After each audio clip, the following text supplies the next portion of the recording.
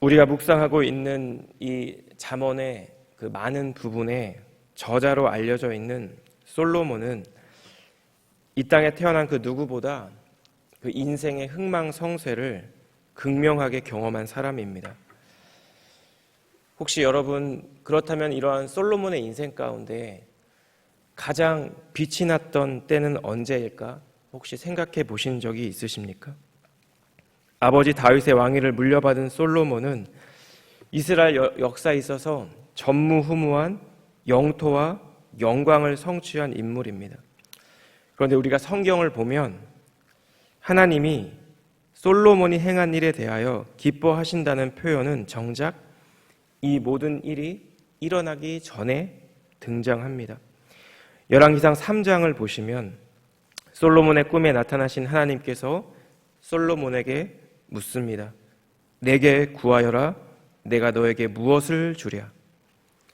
이렇게 묻는 하나님께 솔로몬의 대답이 3장 9절에 이렇습니다.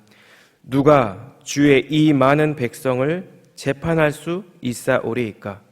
듣는 마음을 종에게 주사 주의 백성을 재판하여 선악을 분별하게 하옵소서. 여러분, 여기서 듣는 마음은 이해하는 마음입니다. 더불어서 하나님 뜻에 순종하는 마음도 포함되어 있습니다. 솔로몬이 지금 하나님께 구한 것은 하나님의 말씀을 들을 때 그 뜻을 이해하고 그분의 뜻에 순종하여 선악을 판단할 수 있는 지혜 곧 분별력을 뜻한다는 것입니다. 그 다음 10절 말씀을 보시면 솔로몬이 구한 이것이 하나님의 마음에 든다라는 표현이 나옵니다. 하나님께서 기뻐하셨다라는 것입니다. 하나님은 자신의 능력과 힘으로가 아니라 하나님의 능력과 하나님의 지혜와 하나님의 분별력으로 백성을 다스리는 왕의 사명을 감당하고자 하는 솔로몬의 이 마음을 기쁘게 받으셨다는 것입니다. 여러분, 이것은 솔로몬에게만 해당되는 내용은 아닐 것입니다. 왜냐하면 이 땅에서 성도로 살아가는 저희 모두에게 정말 그 무엇보다 필요한 것이 바로 참된 지혜이자 분별력이기 때문입니다. 여러분, 오늘날 우리가 살아가는 이 세상은 모든 것들을 상대적으로 생각하고 판단하는 세상입니다. 그리고 사랑하는 우리 자녀들이 성인이 되어 살아갈 세상은 지금보다 더 악해질 것이고 지금보다 더 하나님을 인정하지 않을 것입니다. 어떤 절대적인 기준 없이 내가 내 삶의 기준이 되어 살아가는 삶이 더 세련돼 보이고 더 멋있어 보이는 그런 세상에 우리 다음 세대들은 살아가게 될 것입니다. 그렇기에 이 땅을 살아가는 우리에게 그리고 다음 세대 우리 자녀들에게 더욱더 올바로 판단할 수 있게 하는 분별력이 필요합니다. 그리고 특별히 오늘 함께 읽은 본문의 말씀은 참된 분별력이 필요한 우리 삶의 두 가지 영역을 우리에게 전달하고 있습니다. 말씀 앞에 서 있는 우리 모두에게 솔로몬이 열왕기상 3장에서 구했던 겸손한 마음으로 간절한 마음으로 하나님의 지혜를 구하며 또 주님이 주시는 분별력으로 이 혼탁한 세상을 주님 뜻대로 살아가는 저희 모두가 되시기를 우리 예수님 이름으로 축복합니다. 그렇다면 오늘 본문에서 말하는 참된 분별력이 필요한 우리의 삶의 영역은 어디일까요? 첫째로 이 세상 가운데 개인과 공동체를 세우는 자가 있는가 하면 그것을 파괴하는 자가 있다는 것입니다. 본문 1절을 제가 읽겠습니다. 지혜로운 여인은 자기 집을 세우되 미련한 여인은 자기 손으로 그것을 허느니라. 여러분, 여기서 집은 문자 그대로 사람이 사는 곳이나 거주지를 의미하고 더불어 가족의 생계를 위한 산업을 나타내기도 합니다. 또한 직계가족을 비롯한 친척과 혈연 공동체를 나타내기도 하고 더 넓게는 나라와 민족 전체를 나타내는 표현으로도 사용되는 단어입니다. 따라서 지혜 있는 여인이 집을 세우고 미련한 여인이 집을 허문다는 표현은 단순한 문제가 아닙니다. 이것은 한 가정의 운명이 걸린 문제이고 더 나아가 공동체, 민족, 나라가 걸린 문제가 될 수 있기 때문입니다. 그렇다면 가정과 공동체를 온전히 세우기 위해 필요한 것이 무엇이 있을까? 본문 3절을 보시면 먼저 언어 생활의 중요성을 말씀하고 있습니다. 미련한 자는 교만하여 입으로 매를 자청하고 지혜로운 자의 입술은 자기를 보존한다는 것입니다. 여기서 저자는 미련한 자와 교만한 자를 동일시합니다.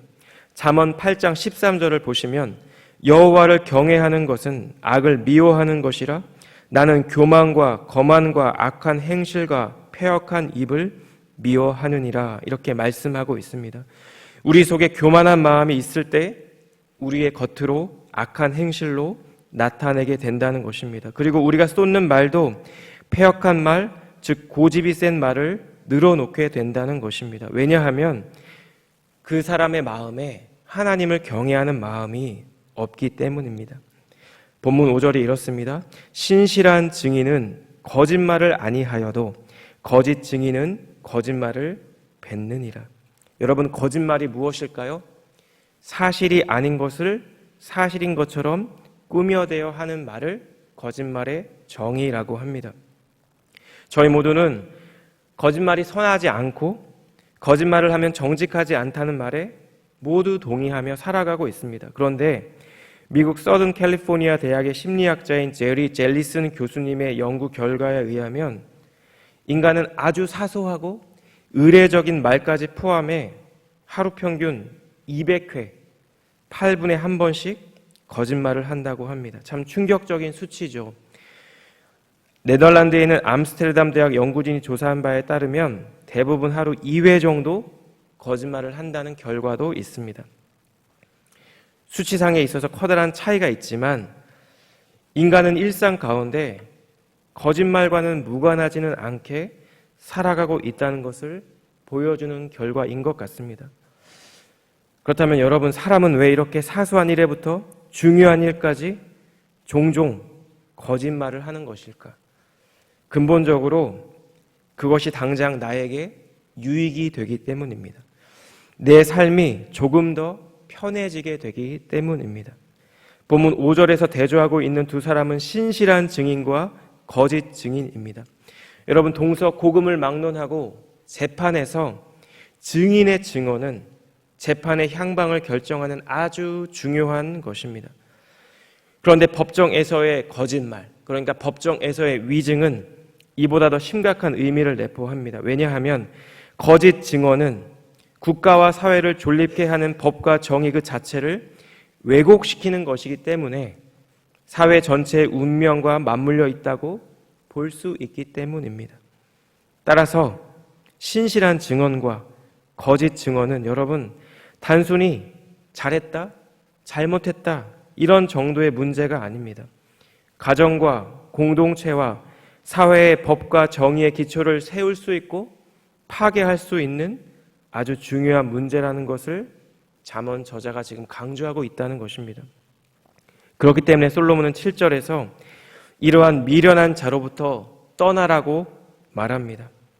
여러분, 미련한 자는 단순히 바보가 아닙니다. 단순히 그냥 어리석은 자를 말하는 것이 아닙니다. 우둔하고 완고한 자, 패역한 성품을 갖고 있으며 잘못된 결정을 내리는 자를 의미합니다. 솔로몬은 이러한 자에게 지식이 있음을 보지 못했다고 7절에서 말씀하고 있습니다. 여러분, 보다라는 의미로 사용된 히브리어는 체험적인 지식을 의미합니다.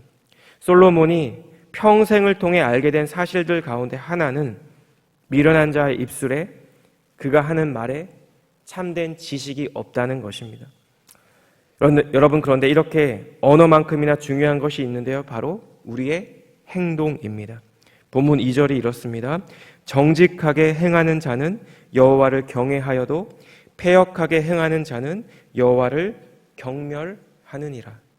우리의 언어뿐만 아니라 우리의 행동도 결국 우리가 하나님을 경외하고 있는지를 분별하게 하는 단서를 제공한다는 것입니다. 여러분, 제가 제 아내와 함께 유치부 신방을 할 때가 있습니다. 지금 이제 유치부 신방 기간이라 매주 한 가정씩 만나고 있는데요. 우리 유치부 친구들의 부모님께 제가 이야기를 나눌 때 꼭 드리는 말씀이 있습니다. 사랑하는 자녀들의 신앙을 세우고자 할 때 결국 먼저 선행되어야 하는 것이 바로 부모의 신앙이라는 것입니다. 자녀들이 어릴 때에는 잘 모를 수 있지만 점점 커가고 성장하면서 부모의 말과 행함 모두를 보고 부모의 신앙을 확인한다는 것입니다. 말과 행동이 일치하고 이러한 일치가 지속될 때 아이들은 마음속에 엄마 아빠의 신앙이 참된 신앙이구나 라고 생각하고 받아들이게 됩니다. 그런데 말과 행동이 일치하지 않을 때, 그리고 이러한 불일치가 지속될 때, 이러한 불일치를 아이들이 경험하고 깨닫게 될 때 결국 아이들의 내면에 번민이라는 것이 생기게 됩니다. 그리고 이러한 번민이 해결되지 않은 상태에서 자신이 신앙을 가질지 말지에 대한 자유가 주어질 때 마침내 신앙을 버릴 수 있다는 것입니다. 여러분, 그렇기에 우리의 하는 말과 우리가 하는 행동은 우리가 생각하는 것보다 더 중요합니다. 사랑하는 우리 자녀의 인생에 지대한 영향을 미치게 되기 때문입니다. 말씀으로 나의 행동을 삼가고 그래서 분별력 있는 말과 행동을 할 때 사랑하는 자녀들이 하나님 앞에서 참된 성도로 신앙인으로 세워져 가게 될 것이기 때문입니다. 그렇게 살아가는 우리를 통해 한 영혼이, 한 가정이, 한 공동체가, 어쩌면 한 민족과 나라가 주님의 뜻대로 아름답게 세워져 가게 될 것이기 때문입니다. 본문을 묵상하며 이사야 58장 12절의 말씀이 떠올랐습니다. 내게서 날 자들이 오래 황폐된 곳들을 다시 세울 것이며 너는 역대에 파괴된 기초를 쌓으리니 너를 일컬어 무너진 데를 보수하는 자라 할 것이며 길을 수축하여 거할 곳이 되게 하는 자라 하리라. 사랑하는 여러분, 우리의 삶에, 우리의 일상 가운데 분별력 있는 말과 행동이 회복될 때, 우리 안에 주님 경외하는 마음으로 나의 언행을 돌아볼 때 우리를 통해 황폐된 곳들이 다시 세워지게 될 줄 믿습니다. 우리를 통해 무너진 곳이 새롭게 보수되고 세워지게 될 줄 믿습니다. 새롭게 길을 수축하여 생명이 거하는 곳이 되도록 주님께서 일하실 줄 믿습니다. 우리 안에 주님이 주시는 이러한 분별력으로 우리의 말과 행동을 통해 한 영혼을 회복시키고 한 가정과 공동체를 온전히 세우는 이 귀한 일 가운데 온전히 쓰임받는 저희 모두가 되시기를 우리 예수님 이름으로 축복합니다. 두 번째로 우리에게 분별력이 필요한 또 다른 영역은 이것입니다. 선한 자와 위선자를 분별할 수 있어야 한다는 것입니다. 본문 8절과 9절이 이렇습니다. 슬기로운 자의 지혜는 자기의 길을 아는 것이라도 미련한 자의 어리석음은 속이는 것이니라. 미련한 자는 죄를 심상히 여겨도 정직한 자 중에는 지혜가 있느니라. 8절에서 자기의 길이란 무엇일까요? 자기의 인생 여정을 지칭합니다. 슬기로운 자는 자기 인생 여정을 깊이 생각해서 분명히 알고 그 길을 걸어간다는 것입니다. 반대로 미련한 자의 어리석음을 속이는 것이라고 말합니다. 여러분, 여기에 잘 보시면 속이는 것의 대상이 뚜렷이 제시되지 않았습니다. 여러분, 무엇을 속이는 것일까요? 이것은 암묵적으로 미련한 자는 거짓과 속임수로 인해 자신뿐만 아니라 다른 사람도 속이는 자라는 것을 암시한다는 것입니다. 미련한 자의 또 다른 특징은 이것입니다. 죄를 심상히, 즉 우습게 본다는 것입니다. 죄의 심각성을 깨닫지 못하기 때문에 대수롭지 않게 여기고 이로 인해 자기 마음대로 살아가는 것이 미련한 자라는 것입니다. 반면 저자는 정직한 자에게 은혜가 있다고 말합니다. 이것은 무슨 은혜일까요? 여러분, 우리가 정직한 마음으로 죄를 회개할 때, 두렵고 떨리는 마음으로 선하고 진실된 삶을 추구할 때 주님께서 우리에게 베풀어 주시는 구속의 은혜이고 참된 회복의 은혜를 말하는 것입니다. 사도 요한은 요한일서 1장 9절에서 이렇게 선언합니다. 만일 우리가 우리 죄를 자백하면 그는 미쁘시고 의로우사 우리 죄를 사하시며 우리를 모든 불의에서 깨끗하게 하실 것이요. 여러분, 잠언이 말하는 선한 자는 누구일까요? 모든 행동이 선한 사람을 말하는 것일까요? 생각하는 모든 것이 선한 사람을 말하는 것일까요? 죄를 짓지 않는 완벽한 자를 말하는 것이 아닙니다. 때로 무너질 수 있고 때로 넘어질 수 있지만 그때마다 하나님의 은혜를 구하며 자신의 연약함을 정직하게 하나님께 내어놓는 자를 말합니다. 이러한 자들에게 임하는 것이 바로 하나님의 은혜라고 솔로몬 잠언의 저자는 말하고 있습니다. 그런데 여러분, 인간의 마음은 참 오묘합니다. 우리나라 속담에 10길 물속은 알아도 한 길 사람 속은 모른다라는 말이 있습니다. 저는 이 10길이 물속에 있는 10가지 길이라고 생각했습니다. 그런데 이 10길이란 과거의 길이를 재는 단위로 한 길은 보통 사람 한 명 정도의 키라고 합니다. 따라서 10길이란 사람 10명의 높이, 그러니까 대략 17에서 18m 깊이의 깊은 물속은 알아도 사람의 속마음은 알 수 없다는 것입니다. 그래서 저자는 10절에서 마음의 고통은 자기가 알고 마음의 즐거움은 타인이 참여하지 못한다고 말합니다. 타인의 감정을 공감하는 데 있어서 우리 인간은 분명한 한계가 있다는 것입니다. 그런데 잠언 저자는 타인은 고사하고 자기 자신의 길도 확신할 수 없는 존재가 바로 사람이라고 말하고 있습니다. 본문 12절과 13절인데요. 어떤 길은 사람이 보기에 바르나 필경은 사망의 길이니라. 웃을 때에도 마음에 슬픔이 있고 즐거움의 끝에도 근심이 있느니라. 우리가 볼 때 분명히 바르고 지혜로워 보이는 길이 있습니다. 우리가 볼 때 맞다고 확신하는 그런 길이 있습니다. 그런데 하나님을 배제시키고 내가 스스로 내린 판단은 사망, 곧 실패와 파멸의 길이 될 수 있다고 저자는 경고하고 있습니다. 13절 말씀처럼 때로 우리의 인생은 웃을 때에도 마음에 슬픔이 있고 우리 인생의 즐거움 끝에 근심이 있을 수 있다는 것입니다. 따라서 우리에게 필요한 것이 무엇일까? 바로 분별력입니다. 사람이라는 존재는 다른 사람의 마음도 온전히 알 수 없을 뿐만 아니라 때로는 내 자신의 마음, 내 자신의 생각, 내 자신의 감정도 제대로 분별하기 어려운, 그래서 때로는 자기 자신에게조차 속을 수 있는 것이 사람의 존재이기 때문입니다. 성경은 우리가 이것을 잘 분별할 수 있도록 도와주는 것이 있다고 말씀합니다. 그것은 바로 나의 삶에 어떤 열매가 지속적으로 맺히고 있는가입니다. 마태복음 7장 20절에 보면 예수님께서는 결국 그 열매로 그 사람이 어떤 사람인지를 알 수 있다고 분명히 말씀합니다. 그런데 그 다음에 주님이 이런 말씀을 했습니다. 21절입니다. 나더러 주여 주여 하는 자마다 다 천국에 들어갈 것이 아니요 다만 하늘에 계신 내 아버지의 뜻대로 행하는 자라야 들어가리라. 성도의 삶이란 그 성도의 신앙의 고백이 삶으로 나타나고 드러나야 하는 존재여야 한다는 것이죠. 본문 15절과 16절 말씀도 동일한 맥락에서 이해할 수 있습니다. 우리가 함께 읽겠습니다. 시작.